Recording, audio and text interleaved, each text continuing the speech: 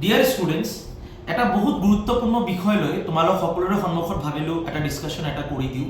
আমি সকলোৱে জানো যে অহা মাৰ্চ মাহৰ 17th আমাৰ APSC combined competitive examination 2023 preliminary পৰীক্ষাটো হ'বলৈ গৈ আছে, যিটো APSC ইতিমধ্যে টেণ্টেটিভ শিডিউল অনুযায়ী ডিক্লেয়াৰ কৰিছে। আৰু ইতিমধ্যে আমি এটা বস্তু গম পাইছোঁ যে on a same date on 17th March 2024 আমাৰ স্লেটৰো এটা পৰীক্ষা আছে, স্লেট নৰ্থ ইষ্টৰ যিটো পৰীক্ষা।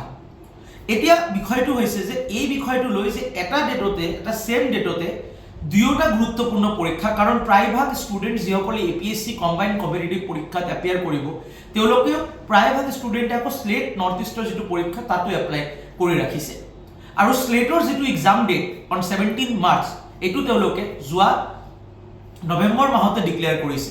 আকৌ এইফালে APSCৰ ফালৰ পৰাও যিটো তেওঁলোকে টেণ্টেটিভ শিডিউলটো মেইনটেইন কৰি আছে, তাৰ কাৰণেও তেওঁলোকে এইটো যদি আমি কওঁ ডেটটো লৰচৰ কৰিবলৈ তেওঁলোকে অনৰ হৈ আছে। চ' বিষয়টো হৈছে যে তেনেহ'লে কি APSCৰ যিটো ডেট, কাৰণ ইতিমধ্যে সদৌ অসম ছাত্ৰ সন্থাৰ ফালৰ পৰা হওক বা আন কিছু দল সংগঠনৰ ফালৰ পৰা হওক এই ডেটটো APSCক ইতিমধ্যে জনোৱা হৈছে যে ডেটটো যাতে সলনি কৰি দিয়া হয়, ডেটটো যাতে চেঞ্জ কৰি দিয়ে APSCয়ে। কিন্তু এতিয়া আমি এইটো লৈ কনফিউজ হৈ আছোঁ যে এই পৰীক্ষাৰ ডেটটো চেঞ্জ হ'বনে নাই। চ' আমি ৱেইট কৰি আছোঁ যে APSC কম্বাইণ্ড কম্পিটিটিভ এক্সামিনেশ্যন যিটো প্ৰিলিমিনাৰী পৰীক্ষা তাৰ ডেটটো হয়তো সলনি হ'ব পাৰে, কাৰণ যিটো স্লেট কমিশ্যন তেওঁলোকে অলৰেডি নৱেম্বৰ মাহত ডেটটো ডিক্লেয়াৰ কৰি দিছিলে।